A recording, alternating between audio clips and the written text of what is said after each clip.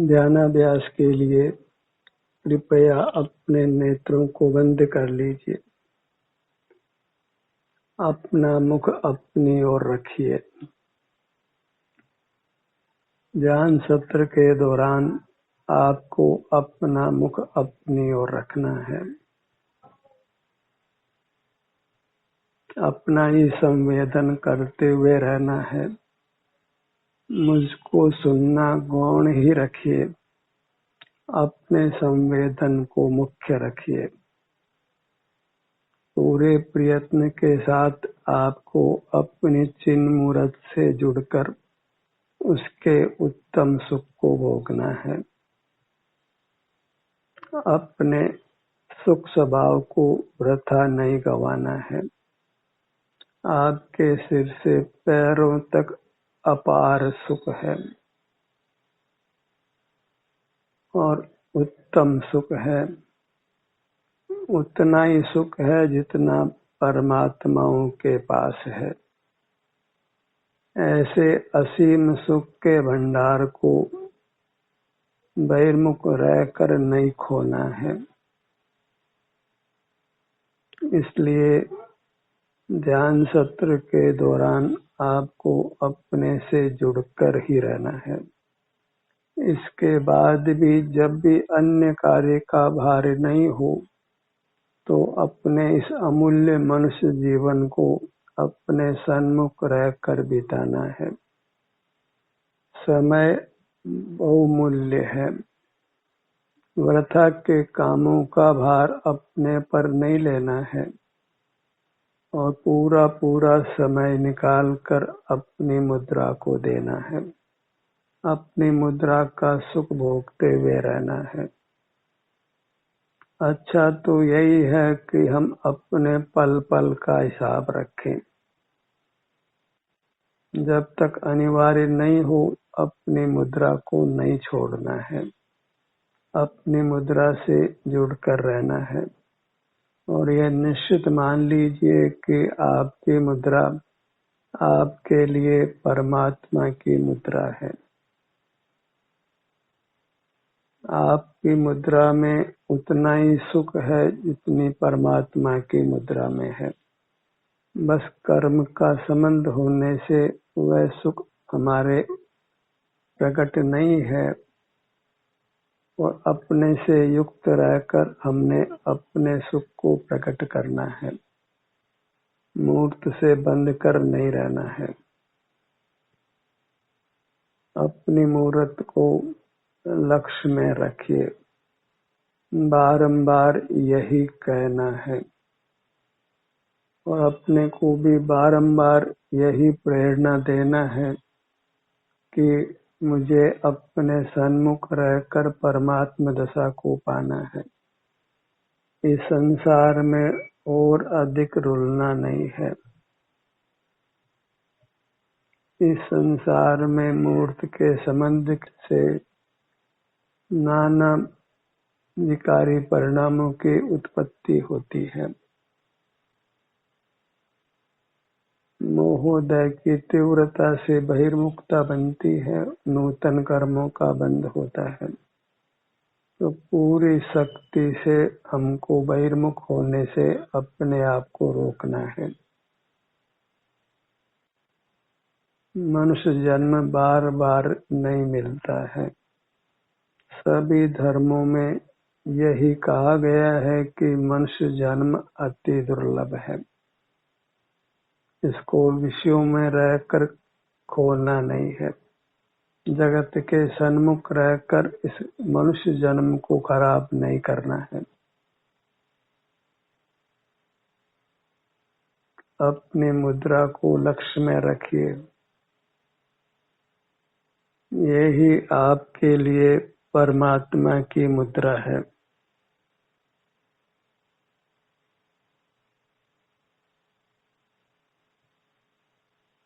आनंद की मुद्रा है। अपनी महिमा का कोई पार नहीं है। सारा जन समुदाय मिलकर भी हमारी महिमा करे तो हमारी महिमा का पार नहीं आ सकता है।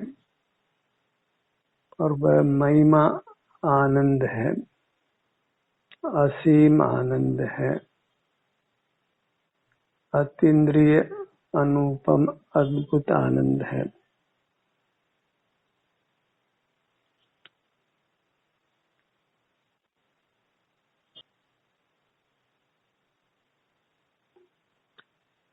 अपना निज विस्तार आनंद का बना हुआ है।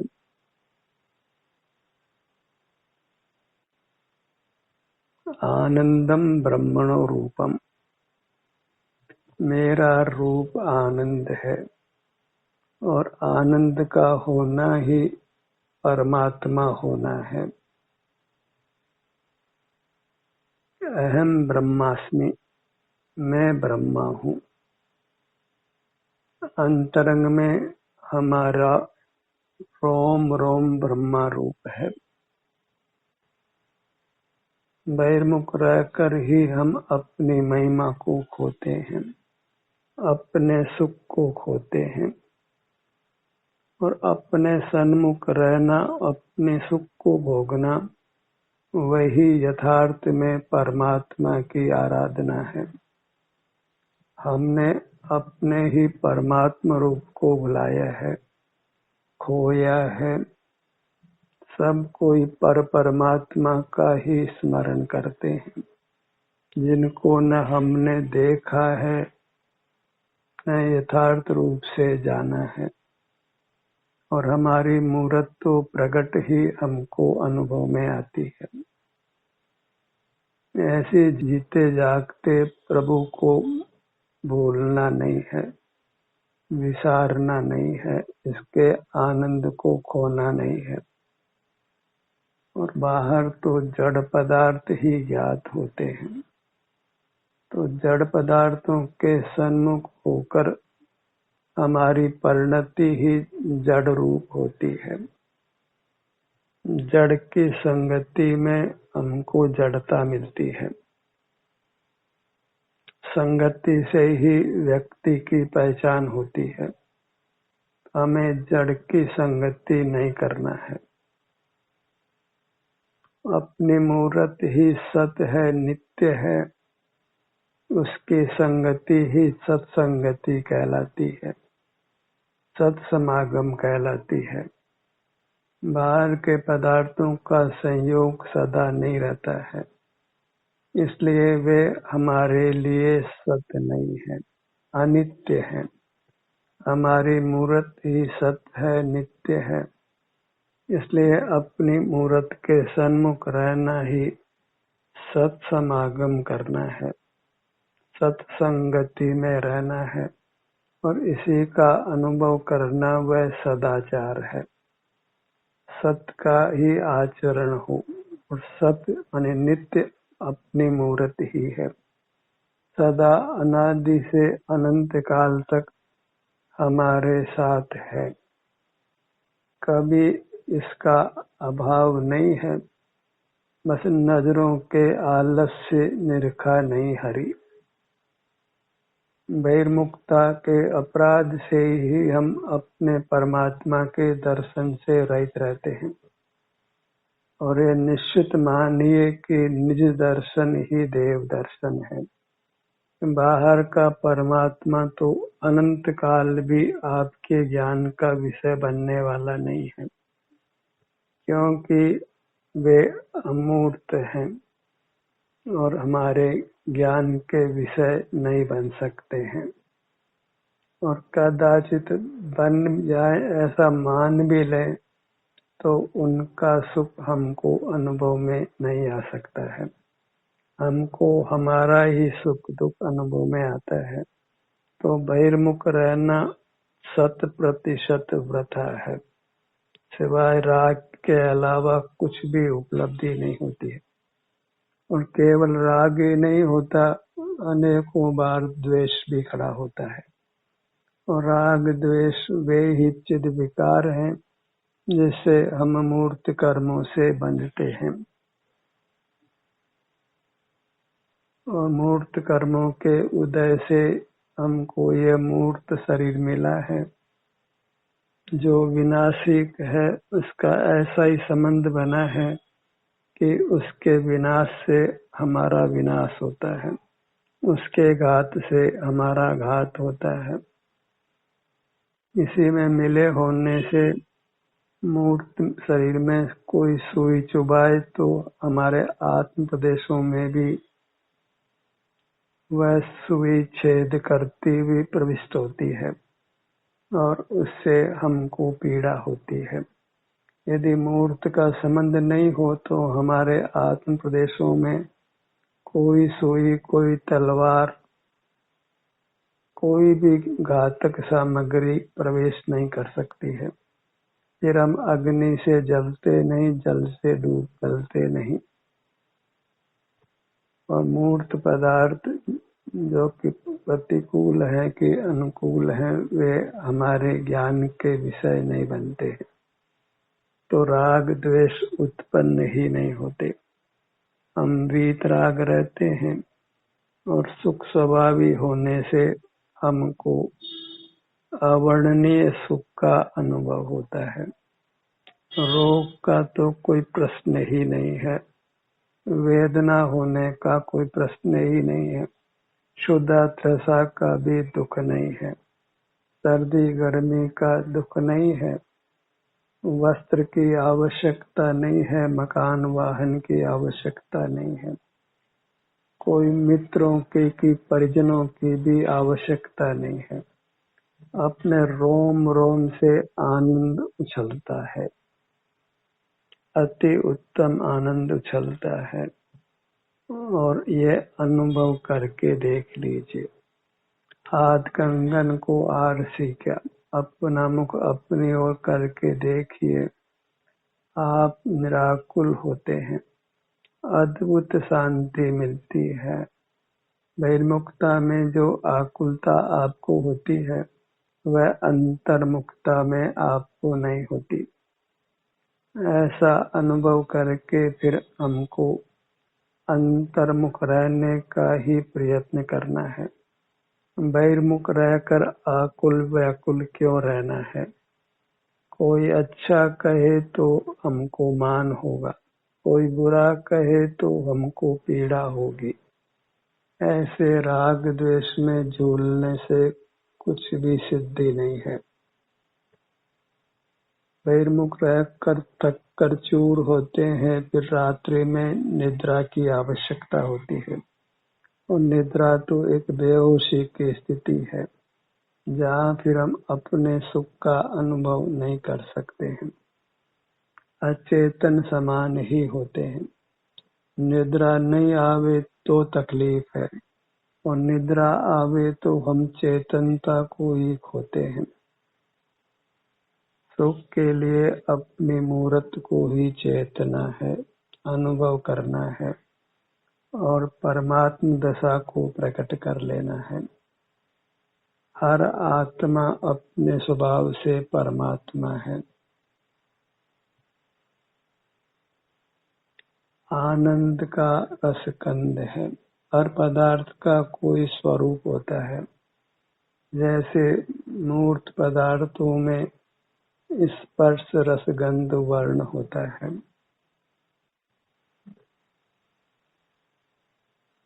इन चार में से किसी को चारों होते हैं, किसी को तीन, किसी को दो, किसी को एक।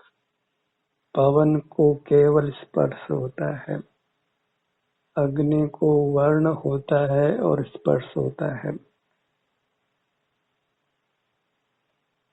जल को स्पर्श होता है, रस होता है,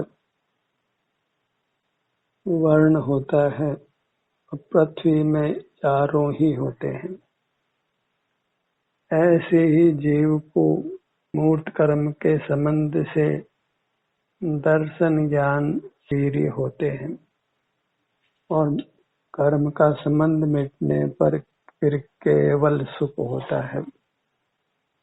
जीव अपने शुद्ध स्वभाव से सुख वाला है और पुद्गल अपने शुद्ध स्वभाव से स्पर्श गुण वाला है।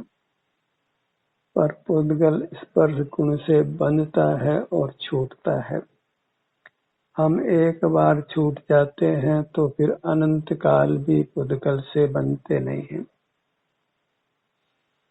मुक्त ही रहते हैं।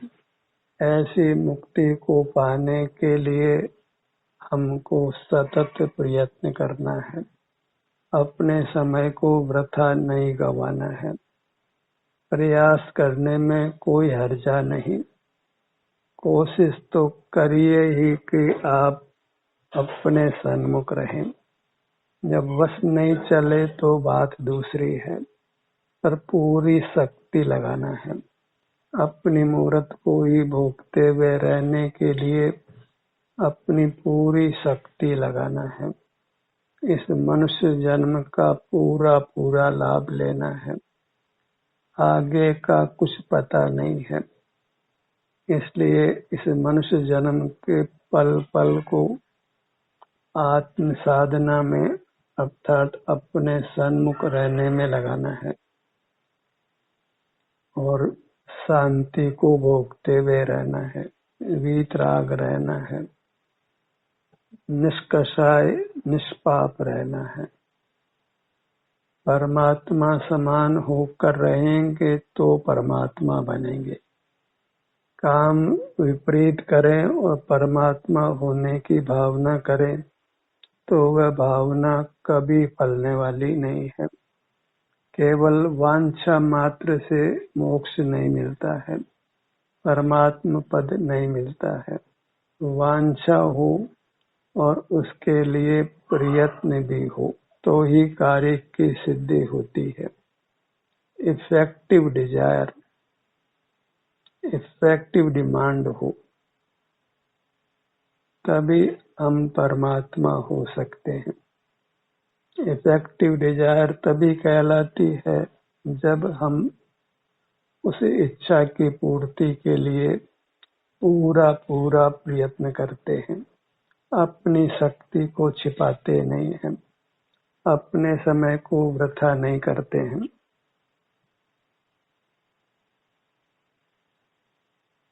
आपकी प्रेरणा को जगाने के लिए ही इतनी बात की जा रही है कि आपके अंतरंग से ही प्रेरणा जागृत हो, क्योंकि पराधीनता से हमको ध्यान नहीं करना है। स्वाधीन ध्यान को पराधीनता क्यों हो, इसलिए आपको अपने सुझाव से, अपनी प्रेरणा से, अपने आभ्यंतर मूर्त से के हर भाग का संवेदन करना है। अपने में ही विहार करते हुए अपना जीवन व्यतीत करना है, विषयों में विहार नहीं करना है, भौतिक जगत के सन्मुख नहीं रहना है। भौतिक जगत के सन्मुख रहना योग्य नहीं है। भौतिक जगत से ही हमने धोखा खाया है, कण कण को जी भर भर कर देखा है, फिर भी सुख की आशा बनी है, इच्छा तृप्त नहीं हुई है।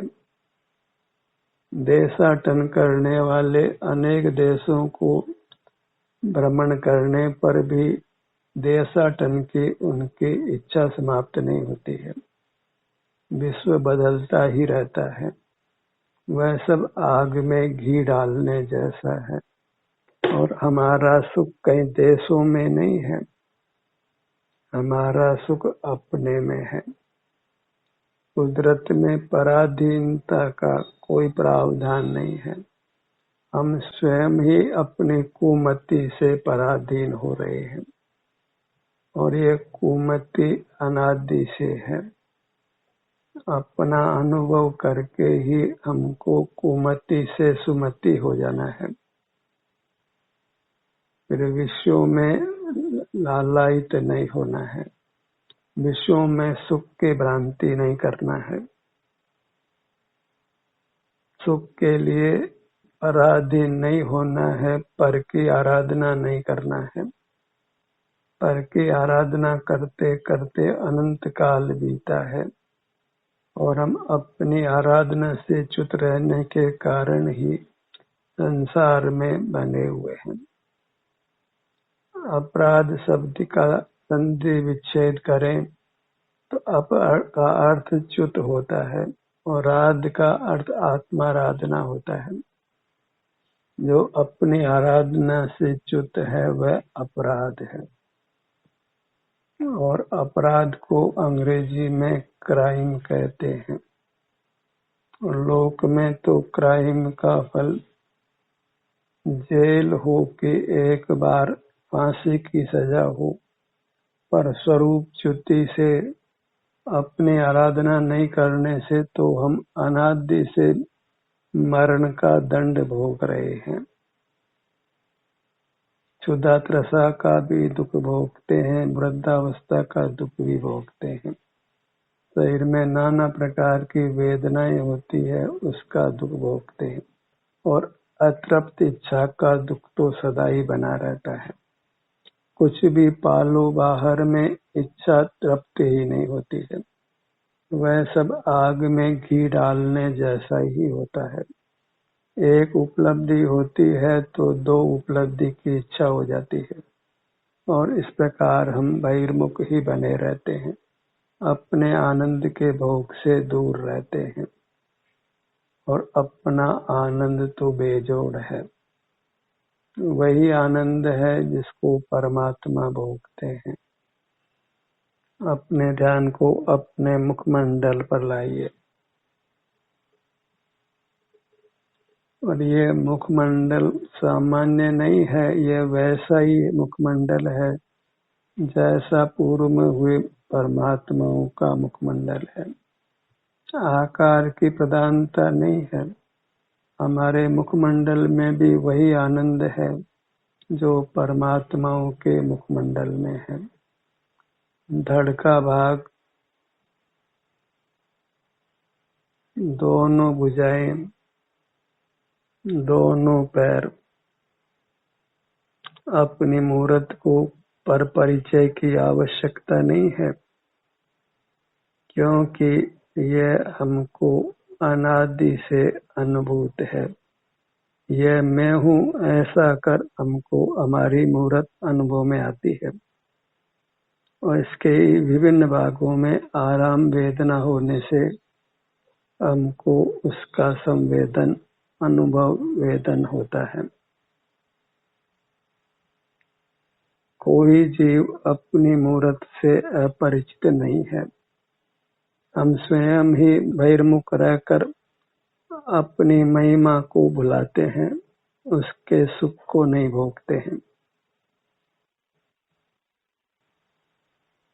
अपनी आराधना को सदा जारी रखिए।